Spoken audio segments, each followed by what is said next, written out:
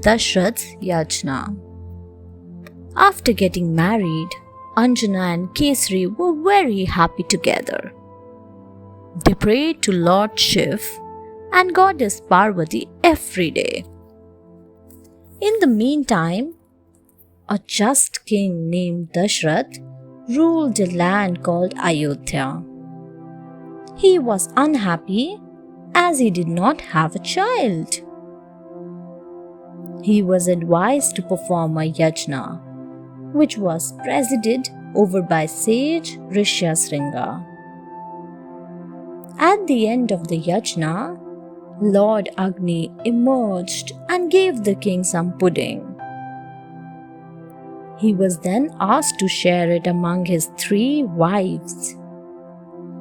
Kaushalya and Kaikeyi got the pudding from the. When Dashrath was about to give the pudding to Sumitra, a bird swooped down, snatched the pudding, and flew away quickly. Instantly, Kaushalya and Kaikeyi gave half of their share to Sumitra.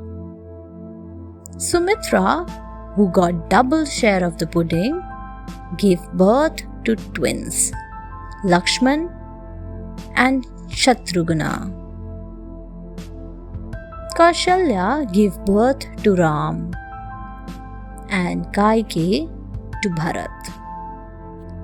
Suvarchala, an Apsara and a bird. There is a story about the bird that had stolen the pudding. This bird was actually an Apsara named Suvarchala. Now, Suvarchala was extremely reckless.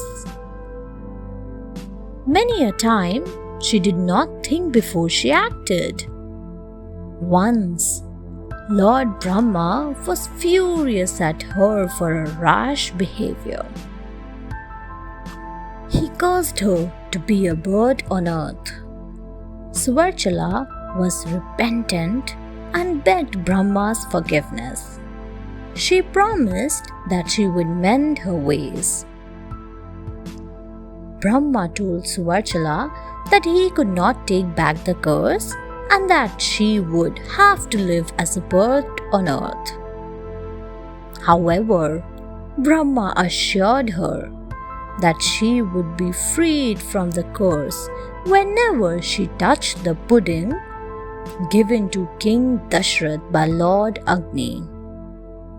Impatient to be free from this curse that had befallen her, Suvarchala snatched away the pudding from Sumitra. Instantly, her form changed and she turned back into an Apsara. Anjana gives birth to Anjanae. Suvarchala turned back into an Apsara. But while doing so, the pudding that she held in her claws fell towards the ground.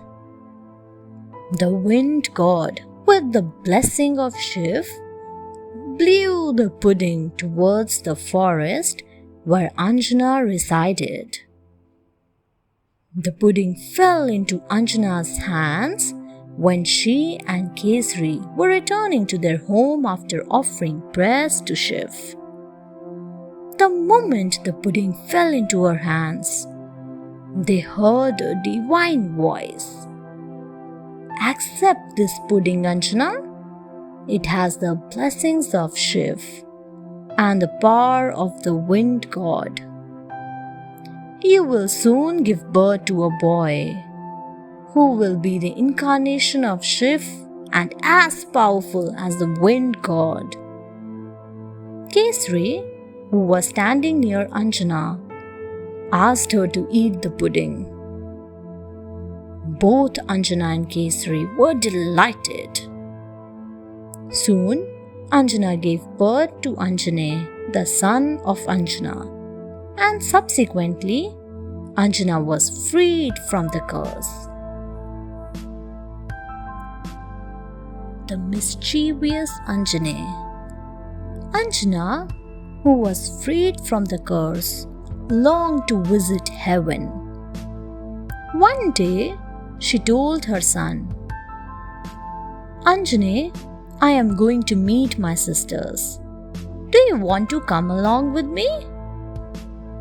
Anjanae made a face. No, mother, I am not coming. I will get bored there. Anjana grimaced and said, I will come back soon, dear. Till then, you can play with your friends. What if I feel hungry, mother? Asked Anjanae. Eat fruits, Anjanae. There are lots of fruits on the trees, smiled Anjana. Which fruits should I eat, mother? The innocent child asked again. Son, eat any fruit that appears as bright as the rising sun, Anjana said. Anjanae got bored after some time. A little while later, he started feeling hungry too. He glanced at the rising sun, and his mother's words rang in his ears. You can eat any fruit that is as bright as the sun. Thanks for watching.